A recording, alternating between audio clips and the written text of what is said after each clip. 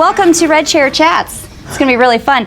We know team meeting went over a little bit. That's okay. You do not want to get up from this because I'm going to embarrass her. I'm going to make her not shiny and pretty. Like, it's going to be good.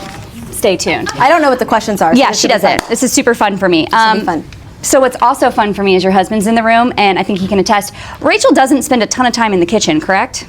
I don't know where this is going. Okay. I always have to lead with an awkward first, break the ice kind of question. No. So knowing that Rachel doesn't spend a lot of time in the kitchen, if you could be any kitchen appliance, what would you be and why? My KitchenAid meat mixer. It's versatile. I can do multiple things with it. That was way too fast. I'm a part baker. She is a baker. When she got pregnant, she became a baker. Yeah. And they were really, really good cookies. If you didn't, I ate them all. So, okay. So now that fun is over, Rachel has recently taken on a new role within Keller Williams. It's called the OP. We are big at KW for a lot of Kellerisms and acronyms and things like that. So let's back up a second. What's an OP? Could you just dig into that for just, pretend nobody in here knows what an OP is? Yeah, so the operating principle is one of the core people of a market center whenever you start. So whenever you start a market center, you need to have an OP, your group of investors, your core agents that are going to be a part of it, and a team leader and MCA. And essentially the operating partner is the liaison between the investor group and the market center leadership team. And so my whole goal is, one, to help keep our capital in line and accountable, because we are a profit sharing company, and that is very important to us to make sure that we're also enriching our agents' lives. The other part is accountability. So helping our leadership team fulfill their goals while in turn hitting our goals as a GPS, similar to what all you have. And then the last part is just really the culture aspect of where I take a lot of it seriously. I think with culture, you can go to any other brokerage, any other office, and there you can feel it where there is culture, and you can feel it where there's not culture. And so I've worked really hard in every role, but especially in this role, taking it very seriously to make sure we have a place where everyone can win. Love that. So something you hit on was this leadership team, right? So most people might be more accustomed to a broker being in charge, like one of those guys. Yeah. Ugh. All right, so that's not how it's run here. Yeah. They're dad, they're important, they have a role here, but the leadership team is kind of different at KW than it is other places. Dig into that just a minute. Yeah, so when you talk to other brokerages, a lot of the times we get the question of, who's your broker? Who's the person doing all of the things?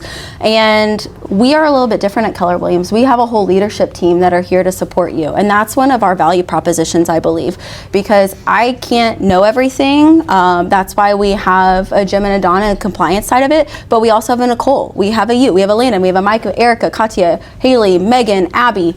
And as we go through it, we each have our own gifts. And so from that, you don't just get one person, you get a team of 10 that are here to support you. And so whenever someone asks, well, who's your broker? Who's the person that's in charge? It's well, we're all here. If you walked into our office and said, I have a question, I guarantee if someone didn't know the answer, we knew somebody to connect you with. And so I use that a lot of the times in a conversation of we are your leverage. So when you don't have a real estate team, the market center leadership team is your leverage. Okay. I hope y'all feel that. We do. All right, so you've had a lot of roles within Keller Williams. Now you've been here, what? Dawn and I were trying to do the math. 8, 9? It'll be 8 years in 2 weeks. 8 years and 2 weeks. Okay, that's quite a while. You reminded me the other day that you did not start as the MC, the Market Center Administrator. You actually started as an EA, so an executive assistant to the team leader, correct? Yeah. What did that role consist of? Well, before then, my previous life was... Yeah, who are you?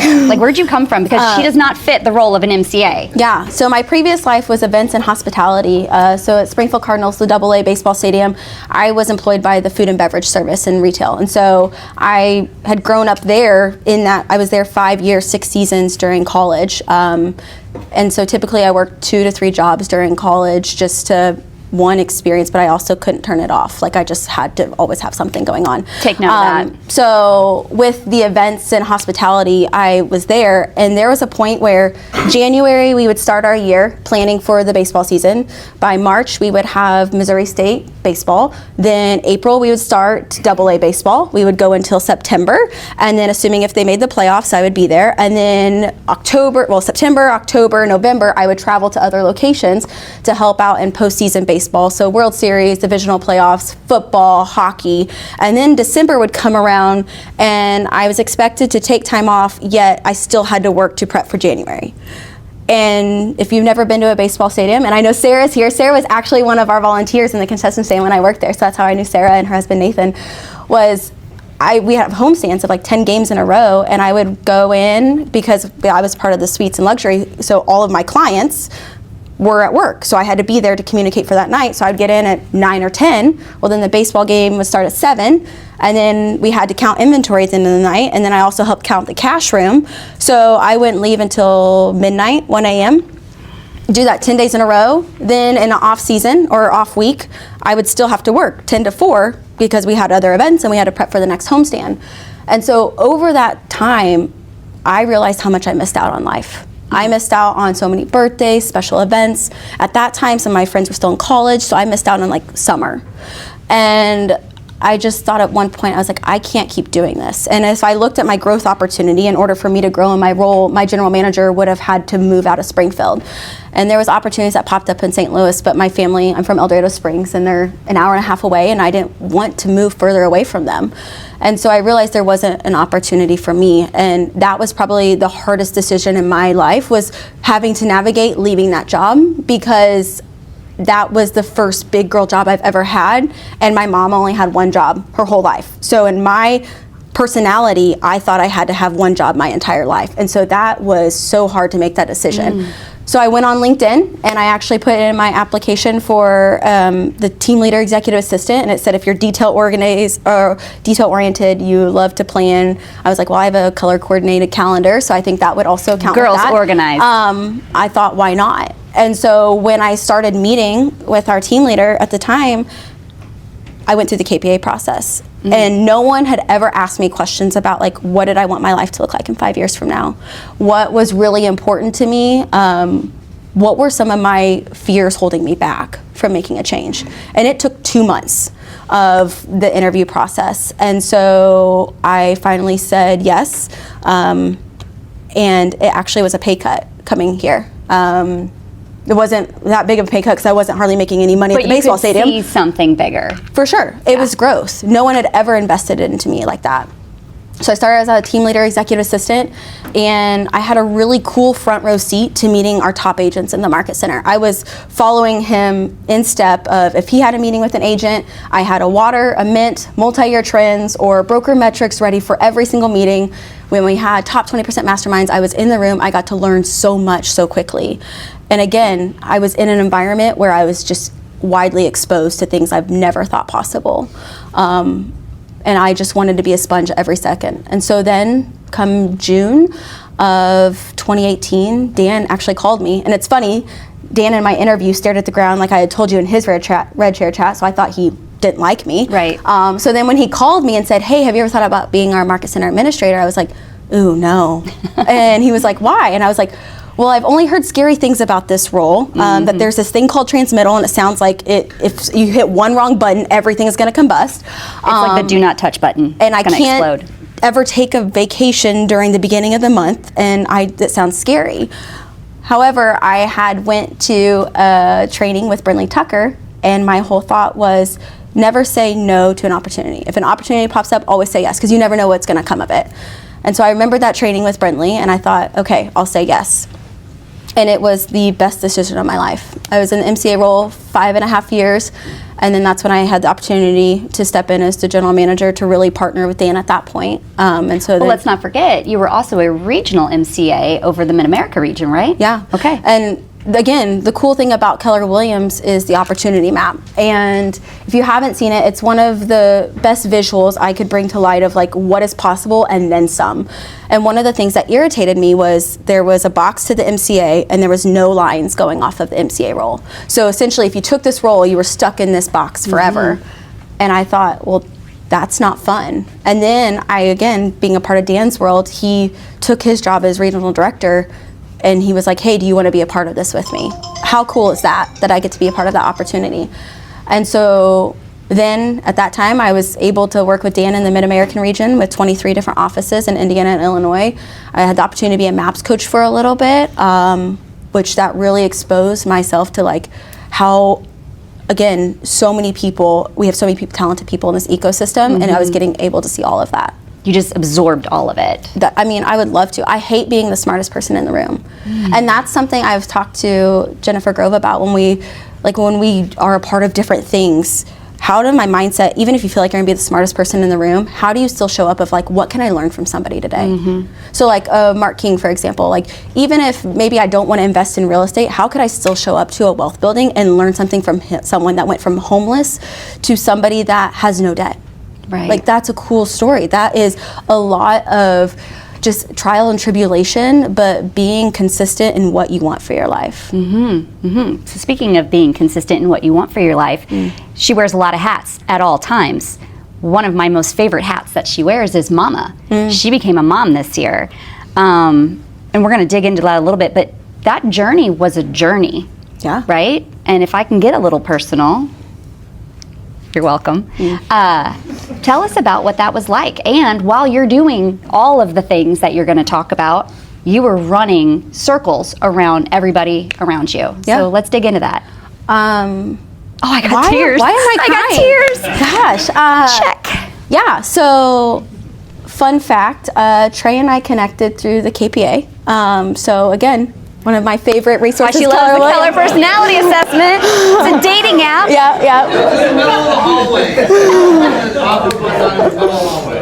But in that conversation of the KPA, again, you learn so much about yourself and about others. I've sat through multiple KPAs with so many agents, and I get to hear so many secret parts about their life that I'm so thankful that they open up and share that with me about them. But I get to see them as a whole person. And then now I can really understand them and truly say, how can I help you as a whole person? And in that conversation, Trey had shared that he was diagnosed with type 1 diabetes, and some of that causes infertility. So when we met, we knew off the bat, like IVF was gonna be our route. And it's funny because when you go through something like that, it's almost like a silent battle because you don't really communicate it. But once you start communicating, like, hey, we're going through IVF, you realize that there's 10 other people in your world that you don't even know went through the same process, and you're able to connect and relate with them. And so through that journey, it was, okay, what we say all the time is, you know, if we lost everything tomorrow and we weren't able to have a kid, as long as we had each other, and if we lived in a cardboard box, that's all that matters, because we had each other. And so that's what we held on to going through the IVF process. And there was a point when we went to a doctor's visit, we would drive up St. Louis, 10-minute appointment just to drive back. So we had to find the happiness in it. So I introduced Trey to Nordstrom Rack. And so that was our little treat. Every time we had an appointment, we were able to go and we, you know, treated ourselves and like, yeah, there we go. But there was an appointment that we went there and the doctor had said, I don't know if we got enough collection to be able to have a kid. And that was the news we got when we walked out of the door. And so you could imagine driving back on 44 the whole way of just like silence of, okay, now we have to be really transparent of what our life will look like if we can't have kids. And the moment we crossed into Springfield, we got the call from the doctor of saying, no, actually we were wrong, we had enough. So that was great. Yay. Yeah. But talk about a grueling 3 hours. And I think about my friends that's much longer. They have to wait to figure that out. And so we were very fortunate once we had that, we started the process. And the first week was really challenging just because of the thought of like, I've seen Trey give himself shots every day. So I was like, oh, this is easy. I've given him shots. And it was one of the most mentally challenging parts I've ever been through. And so having to overcome that, it was like I could do hard things. And so we were very blessed that it worked the first time, because I know so many of my friends that wasn't their case. And from there, we feel very fortunate that the Lord has been able to allow us to be parents now. So no, we're not going to go there. Yeah, so that we're very fortunate that we've been able to be parents, and we have a healthy baby girl. And she's my best friend. Her name's Goldie. We hang out all the time. Okay, so I knew I could go there, so it's all right. Something that I really admire about you is that you're not afraid to share your story, no matter how personal, how vulnerable it makes you, because it lifts the light for somebody else. And it allows others to feel like they can come out with their story or their problem or their issue. And I really respect that. And something interesting too is I mentioned she was literally running this business the whole time she's going through that, and shows up every single day with a smile on her face and ready to grind it out. And I think I got to ask, like, where's the balance? You went from boss babe to mom and boss babe in a very short period of time, and you are still like never took your foot off the gas. Like, how? Tell us your secrets. Our leadership team. Okay. I mean, I was able to go into labor while majority of you were at family reunion and never missed a beat. I think a lot of what I can do is not because of who I am, it's because who I'm around. Between agents and our leadership team, that's allowed me the opportunity to really be a mom for a while. I also have understood I'm not the kind of mom that can be at home. I like to work. I feel like I show up as a better parent when I have fulfillment and purpose within a job too. And I love coming here. I mean, I'm so thankful for, Dan, who trusted me with this opportunity, and our investors who said yes, and our leadership team who's like embraced it. But I couldn't do any of it on my own. Similar as to I couldn't have been in this career path as I've been able to without the support of Trey. I mean, he's my sounding board a lot of the time, which is really cool because he gets it. And yet there is still a component that we have our own lanes. Even though his favorite joke is I get in trouble at home and at work, and it's like, so funny. So funny. But I mean, I couldn't do the things I do if I didn't have an amazing team.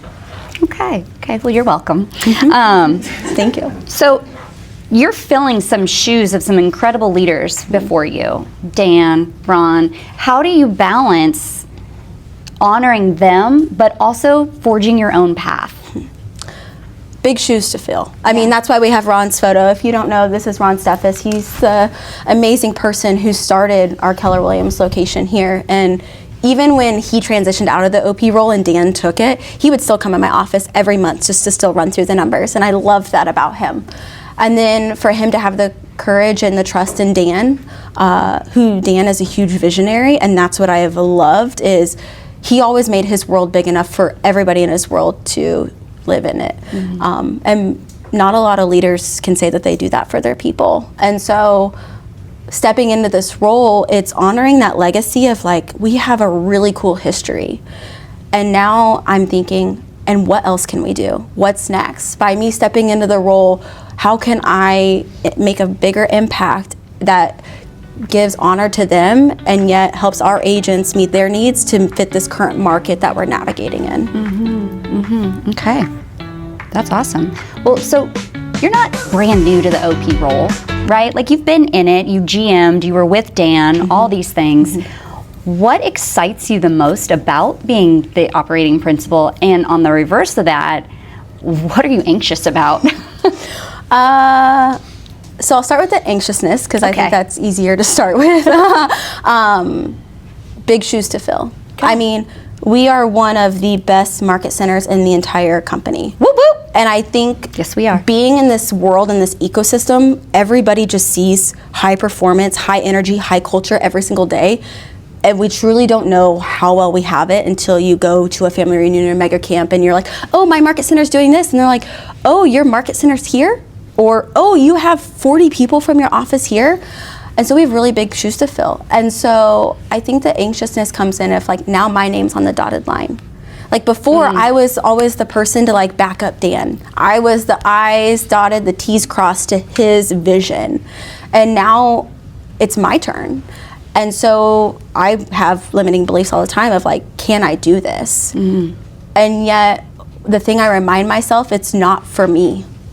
It's I have a responsibility to our leadership team. When I hired each of them, when they told me what they wanted their life to look like 5 years from now, it's my job to help them create that, because I said yes for them to come into our organization. And similar to our agents, if they're saying, I trust to have my business that is my livelihood under our brokerage, how do we create a place that, I know it's kind of cheesy, but entrepreneurs truly thrive, that you find your spot? And it doesn't always have to mean you have to have this mega team, and it doesn't have to mean that you have to run your business this way. It's being able to give the perspective of no matter where you're at, we have a way that we can meet that need, and we're here to help you every single day. Yeah. I can attest to this. Rachel's not a no because. She's very much a yes how kind of person. So I will say you took a page right out of Dan's book of being able to build a world where people can thrive inside that world. But what I'm excited for, right, is how many lives that we can make an impact on. And what I tell myself, in parenting, I tell myself this, is like, the days are long, but the years are short, and never wish this time away. It's the same thing at the Market Center. Is there are challenging days, don't get me wrong. As Jim and Don say, people are more litigious than ever. And so sometimes that is more of the stuff that comes across my desk that I have to stop everything else in order to get out this fire. And yet the opportunity that we have ahead of us is so exciting. And so what I tell myself every day is, like, it just takes one person to make it all worth it. If I could help one person today, doesn't matter if it's the smallest of things, like sending a text to Brady to say, hey, I see you, how can I help you? Or if it's this big transactional thing that helps it get to closing, like, I can help one person. And I think that's what I'm excited for, is the opportunities that we can help so many people see the potentials within themselves before maybe they even see it within their own self.